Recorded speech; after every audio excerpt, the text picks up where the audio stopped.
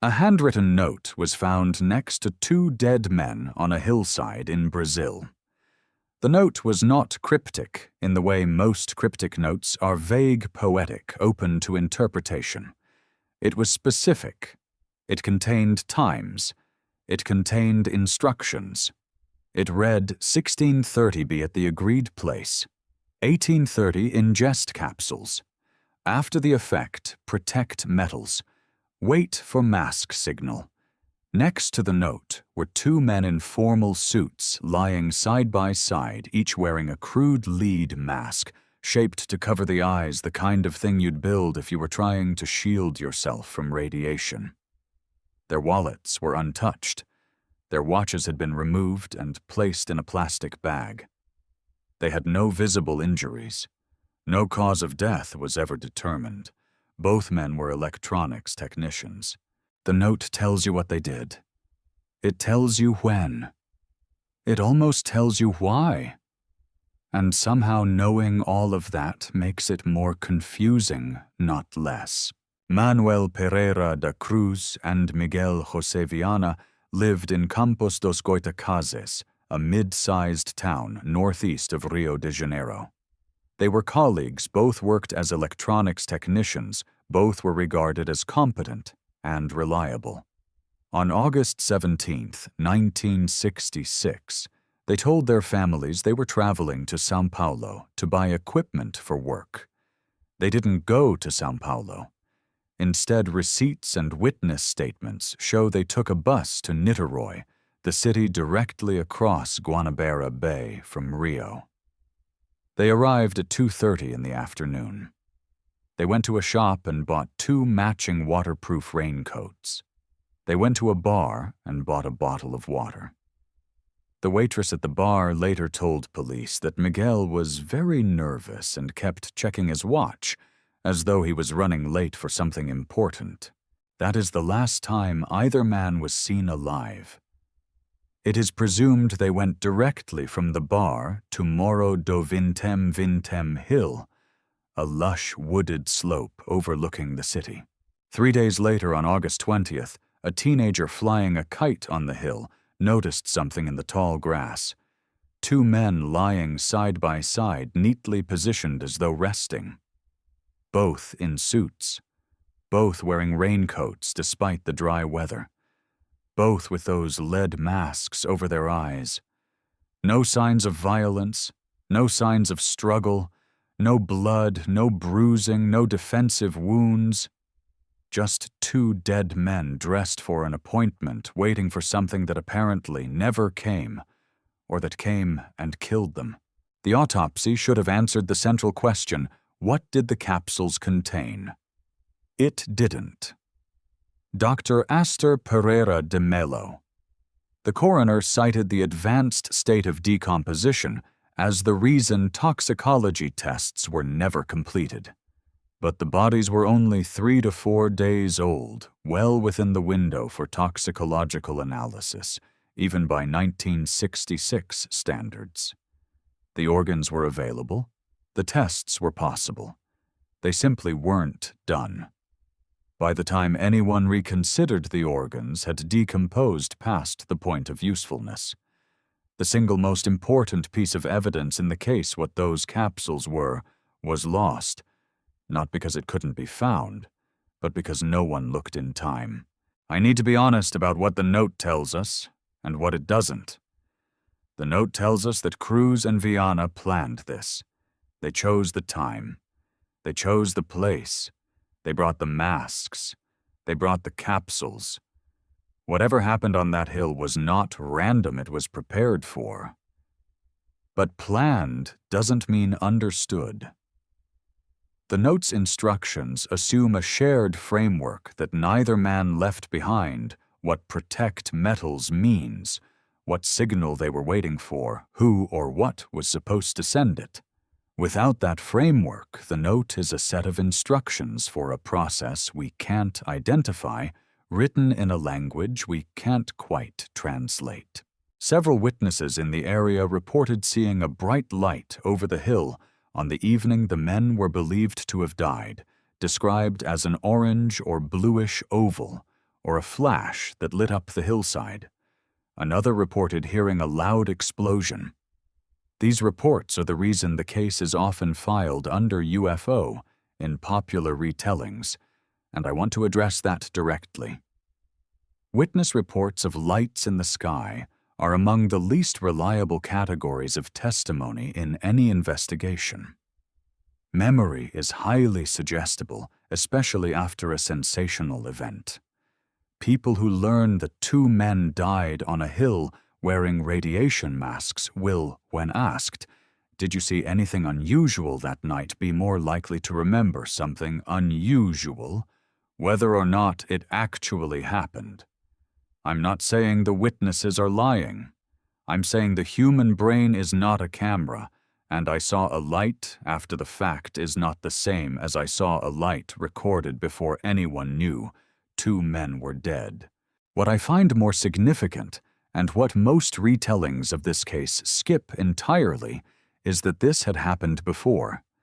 In 1962, 4 years earlier, another electronics technician, known only as Hermes, was found dead on a different hill in the same region, also wearing a crude lead mask.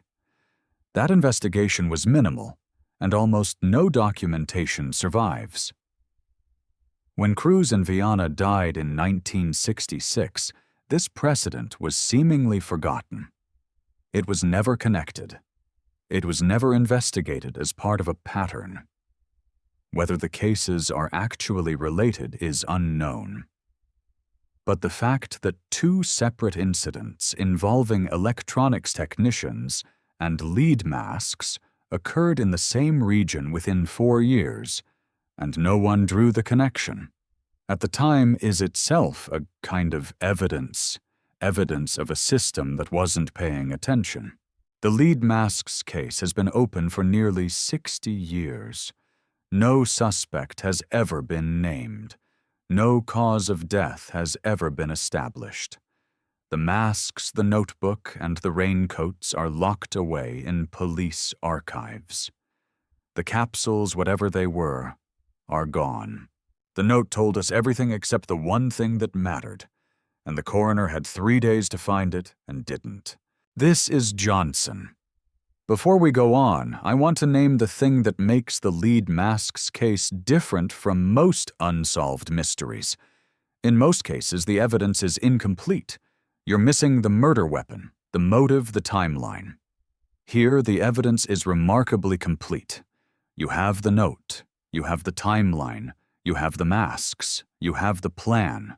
You know what they did and roughly when they did it. And it doesn't help.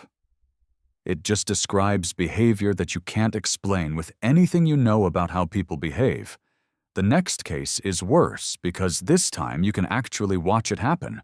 There's video on a security camera mounted outside a house in Eufaula, Oklahoma, sometime on October 8, 2009. A man and a woman walk back and forth between their front door and their pickup truck. They are carrying things, bags, containers, a briefcase. They make dozens of trips. They do not speak to each other. Their faces are blank. Their movements are slow, mechanical, repetitive, the same path, the same pace, the same empty expression over and over. A 6-year-old girl is somewhere in the footage. At one point, the woman places a brown briefcase in the truck. Neither the briefcase nor the woman's handgun, which she was known to carry, were ever recovered. The man is Bobby Jameson, 44. The woman is Sherilyn Jameson, 40. The girl is their daughter Madison, 6. They are packing their truck for a drive to the Sans Bois Mountains in Latimer County, Oklahoma, to look at a 40-acre plot of land they were thinking of buying. None of them will ever be seen alive again. The footage is publicly available. I've watched it several times. I want to tell you what it looks like, because descriptions of it tend to lean on the word trance-like, and I think that word does too much work. What I see is 2 people moving with purpose, but without communication. They know what they're doing. They're loading a truck.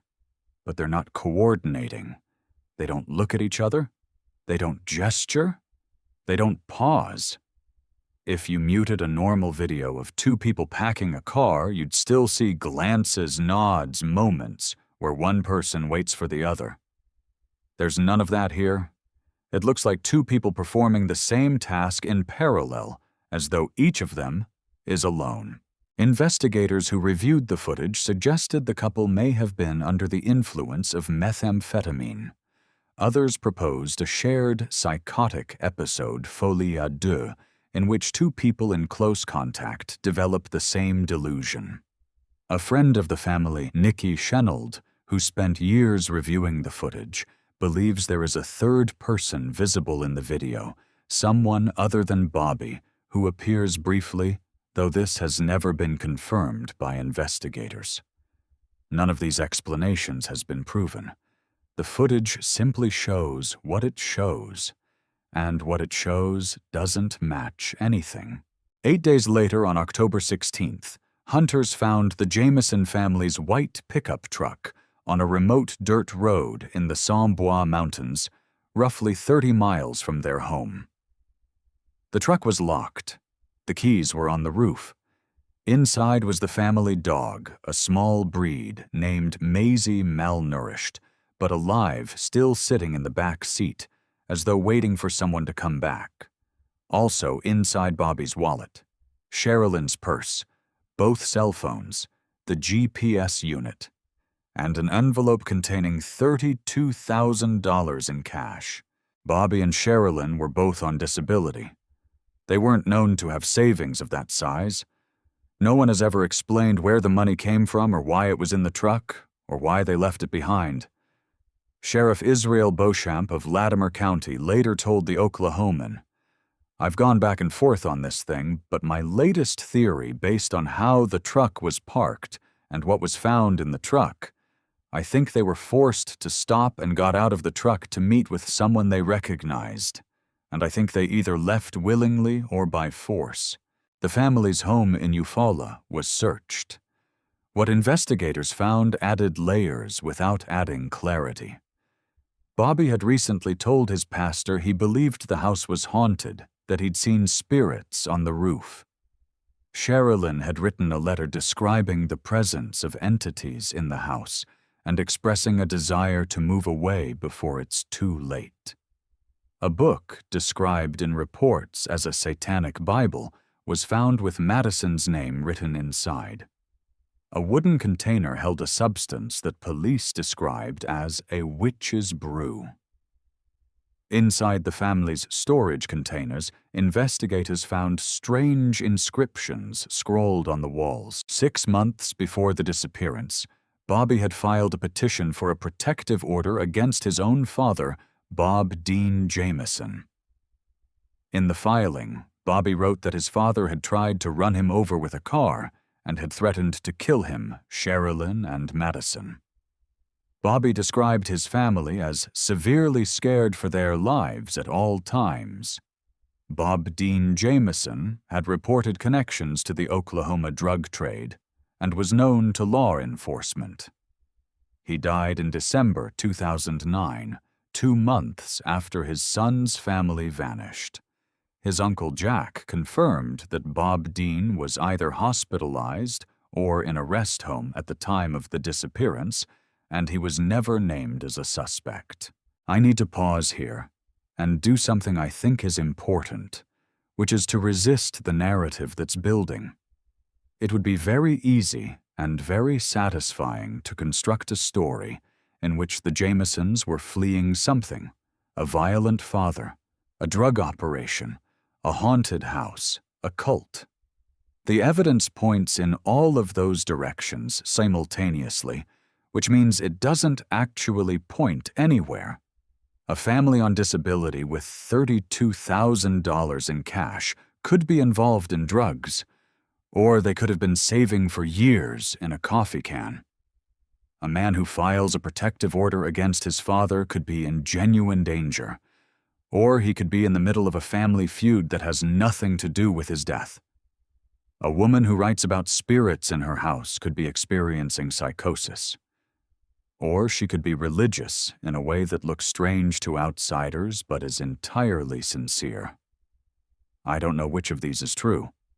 I know that every theory about the Jameson family requires you to ignore the parts that don't fit, and the parts that don't fit are large.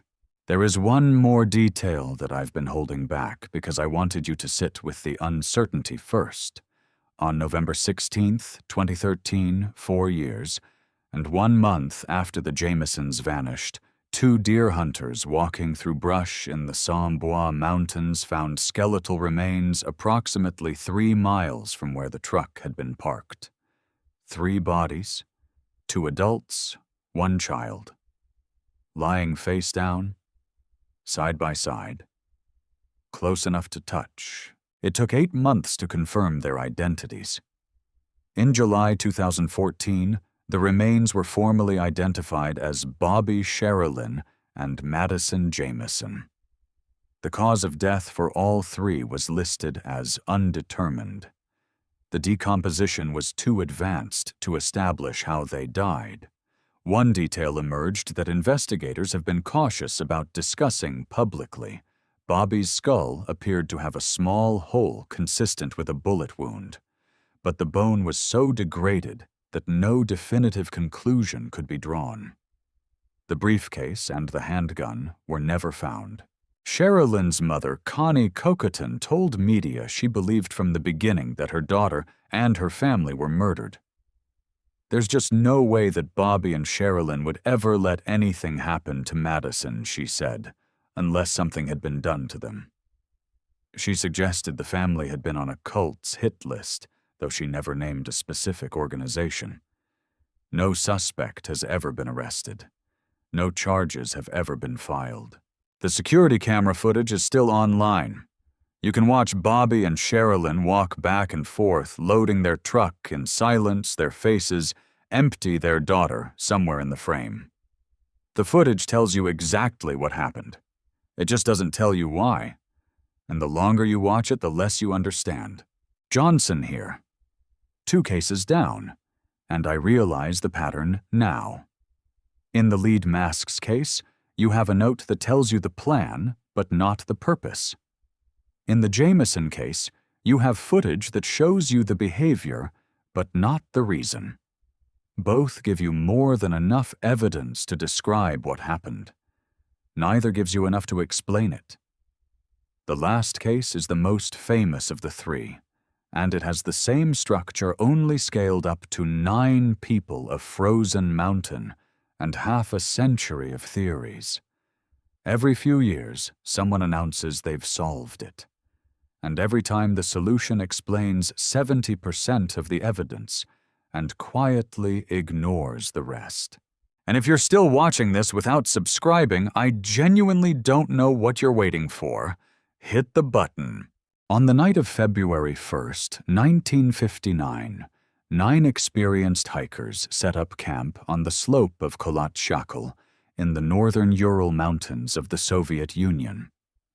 The name is from the indigenous Mansi language. It means dead mountain. They were students and recent graduates of the Ural Polytechnic Institute, led by 23-year-old Igor Dyatlov, an experienced mountaineer who had organized the expedition as a Category 3 trek, the most difficult classification in the Soviet system. They were fit, well-equipped, and familiar with winter conditions. Most had been on similar treks before. They'd originally been a group of 10. Yuri Yudin, the 10th member, had turned back on January 28th due to knee and joint pain. He would spend the rest of his life carrying the guilt of being the one who survived because he chose to go home early. He died in 2013, still unable to explain what had happened to his friends. The plan was straightforward: cross the mountains, reach their destination, and return. They had food, a stove skis, and a tent designed for extreme cold. Their journal entries from the preceding days show a group in good spirits, joking, taking photographs, writing a mock newspaper they called the Otterton Evening. The last photograph, developed from their cameras, shows the group cutting into the snow to level a platform for the tent on the evening of February 1st. The mood appears routine. Nothing in any of the recovered journal's notes or photographs suggests they expected danger. Sometime that night, something caused all 9 of them to cut open their tent from the inside and flee into temperatures estimated at -25 to -30 degrees Celsius. Some were barefoot, some were in their underwear, some had only one shoe. They did not take their coats. They did not take their skis. They did not take the stove. Whatever drove them out of that tent was urgent enough that stopping for 30 seconds to grab a jacket was not an option. When the group failed to send a telegram from their planned destination by February 12th, nobody raised an alarm. Delays on winter expeditions were common. It wasn't until February 20th that a search party was organized composed of student volunteers and eventually military personnel and helicopters. On February 26th, they found the tent. It was partially collapsed, weighted down by snow slashed open from the inside in a long diagonal cut. Inside were all 9 pairs of boots, the stove food, and the group's outer clothing. Footprints, some barefoot, some in socks, led away from the tent downhill in a line towards the tree line, roughly 1.5 kilometers away. The footprints were preserved in the snow as raised columns. The compressed snow beneath each step had hardened, while the loose snow around it eroded, leaving what looked like a row of pedestals marching into the dark. The first 5 were found over the following days. Yuri Doroshenko and Yuri Krivonishenko were discovered at the base of a large cedar tree, roughly 1.5 kilometers from the tent, wearing almost nothing. They had tried to start a fire. The remnants of a small blaze were found beside them, and the lower branches of the cedar had been broken off up to a height of 5 meters, bark scraped away, as though someone had desperately climbed it, perhaps to look back toward the tent, or to scan for danger. Both died of hypothermia. Their hands were torn and bloodied from the climb. 3 more were found between the cedar and the tent, in positions suggesting they had been trying to walk back. Igor Dyatlov was found 300 meters from the cedar face up, gripping a small branch. Zenaida Kolmogorova was found roughly 600 meters further uphill, face down in the snow, in a posture consistent with crawling. Rustam Slobodin was between them, with a small fracture in his skull, not fatal, but noted. All 3 died of hypothermia. The positions of their bodies suggest they set out separately at different times, each trying to return to the tent and failing. The other 4 were not found until May 4th, when the snow melted. They were in a ravine about 75 meters from the cedar tree, buried under 4 meters of snow. Some had built a rudimentary shelter or platform of branches. These 4 are the reason this case has never been resolved. Lyudmila Dubinina, 20, was found with her chest crushed fractures to multiple ribs on both sides, requiring a force comparable to a car crash, but no external bruising. Her tongue, eyes, part of her lips, and the floor of her mouth were missing. Semyon Zolotaryov, 38. The oldest member of the group and a World War II veteran with multiple combat decorations had a crushed chest as well, same type of fracture, same absence of external trauma. Nikolai Thibault Brignol, 23, had a major depressed skull fracture that the forensic examiner said was caused by great force, but again, no corresponding wound on the scalp. Alexander Kolevatov, 24, had a deformed neck, but his official cause of death was hypothermia. The forensic examiner Boris Vozrojdeny made a statement during the investigation that has haunted the case ever since. He said the injuries to Dubinina and Zolotaryov could not have been caused by a human being. The force required was too great. He compared it to the pressure of a car hitting a pedestrian or the blast wave from an explosion. But there were no external injuries, no bruises where the force was applied, no marks on the skin. Something had crushed their chests from outside without leaving a trace on the surface. And Dubinina's missing tongue has never been adequately explained. It was not torn out. There were no signs of ripping or tearing. It was not bitten off. There were no tooth marks. It was absent, along with the floor of her mouth and the hyoid bone. Some have attributed this to decomposition or scavenging in the meltwater where her body was found. But the specific pattern tongue eyes, lips with the rest of the face intact, and no damage to the nose or ears doesn't match typical scavenging. Scavengers don't select soft tissue that precisely and leave everything else untouched. There's one more detail. Several of the 4 bodies in the ravine were wearing clothing taken from members who had died earlier. Dubinina was wearing Krivonishenko's burned trousers, for instance. This makes sense, the living taking clothes from the dead to survive. But when that clothing was tested, it showed traces of radioactive contamination, not at dangerous levels, but present primarily beta radiation. The Soviet investigators noted it. They never explained it. One possibility is that Krivonishenko, or Zolotaryov, had previously worked in a facility that handled radioactive materials. Krivonishenko had been present at the Chelyabinsk 40 nuclear disaster in 1957. But this explanation, while plausible, has never been confirmed. The Soviet criminal investigation was closed in May 1959 by investigator Lev Ivanov. The official conclusion was that the group had died as a result of a compelling natural force which they were unable to overcome. The case was then classified for approximately 30 years. No further investigation was permitted. Decades later, Ivanov himself gave interviews suggesting he believed something had happened on that mountain that the state did not want examined. He didn't specify what. He didn't need to. I want to address the theories because there are dozens, and most of them fail in the same way they explain some of the evidence and ignore the rest. The avalanche theory is the most scientifically rigorous.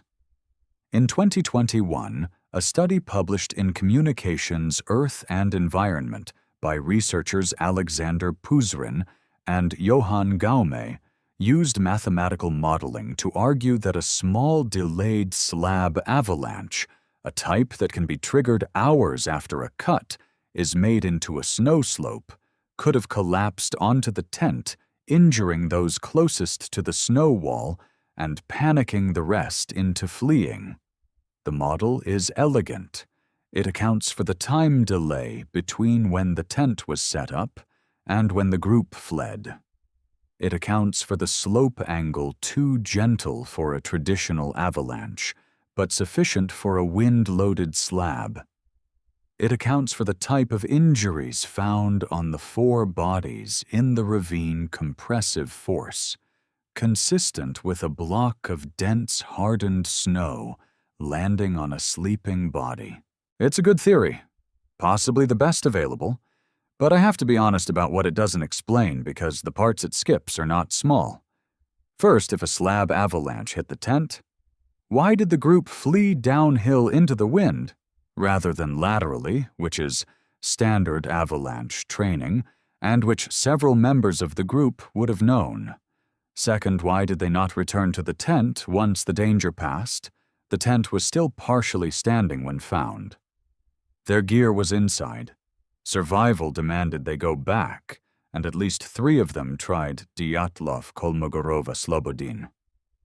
All three froze to death on the way. If the avalanche was over, what prevented them from reaching the tent 1.5 kilometers away?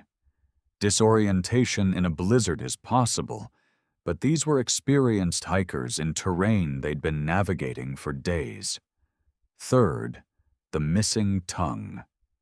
No avalanche model accounts for Dubinina's tongue, eyes, and lips being absent without external facial trauma. Fourth, the radioactive clothing. Trace levels, yes, but present. The 2021 study doesn't address it. Fifth, the classification. If 9 students died in an avalanche, why did the Soviet state seal the case for 30 years? I've just dismantled the strongest theory available, so I owe you this. I don't have a better one. Every alternative military testing a confrontation with the Mansi people, infrasound-induced panic, a Soviet weapons test, a paradoxical undressing episode triggered by hypothermia has bigger holes than the avalanche theory, not smaller. The avalanche doesn't explain everything. It just explains more than anything else. And that's the honest state of the question. After 67 years, the best explanation is incomplete, and every complete explanation is wrong. The 9 hikers were buried in Sverdlovsk, now Yekaterinburg. Several of the families fought for years to have the case reopened. In 2019, Russian prosecutors announced a new investigation, which concluded in 2020 with the same answer: avalanche. The families rejected the finding. Yuri Kuntsevich, head of the Dyatlov Foundation, called it inadequate. They had waited 60 years and received the same one-word answer the Soviet Union had given them, repackaged in modern language. Yuri Yudin, the man who turned back with a sore knee, the one who spent his final decades visiting the memorial, giving interviews, and trying to make sense of a night he wasn't there for. He kept Zenaida Kolmogorova's diary. He kept photographs. He once said in an interview that I keep coming back to, if I had the chance to ask God just one question, it would be what really happened to my friends that night. He died in 2013 without the answer. The mountain is still called Dead Mountain. Hikers still climb it. They pitch their tents on the same slope. Most of them come back. 3 cases. 3 bodies of evidence so detailed that you can reconstruct exactly what happened, the sequence of events, the physical actions, the timeline. And in each case, the evidence describes behavior that no one can explain. In Niterói, 2 electronics technicians dressed in suits climbed a hill, swallowed capsules, put on lead masks, and waited for a signal. The note tells you the plan. The masks tell you they expected radiation. The capsules tell you they ingested something voluntarily, and none of it tells you what they thought was going to happen. In the Sans-Bois Mountains, a family packed their truck in silence, drove into the wilderness with $32,000 and no phones, left their dog in the locked cab, and walked 3 miles into the brush, where they lay down side by side and died. The footage tells you they were conscious. The money tells you they were prepared. The dog tells you they didn't plan to be gone long. And none of it tells you why they didn't come back. On Kholat Shakil, 9 people cut open their tent and ran into lethal cold, wearing almost nothing. The tent tells you the threat was inside, not outside.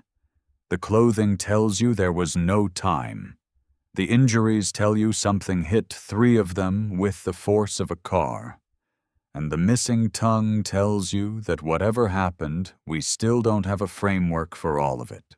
Most unsolved cases are unsolved because the evidence is missing. These 3 are unsolved because the evidence is there, all of it sitting in the open, described in detail, photographed, measured, catalogued. and it describes a version of reality that doesn't quite fit inside anything we know. The note in Niteroi told them when to swallow the capsules. The camera in Eufaula watched them load the truck. The rescuers on Kholat Syakhl found the knife that cut the tent. Every case gave us the what. None of them gave us the why. And after 16 and 67 years, respectively, no one has closed that gap. Some evidence doesn't solve the mystery. It just proves that the mystery is real.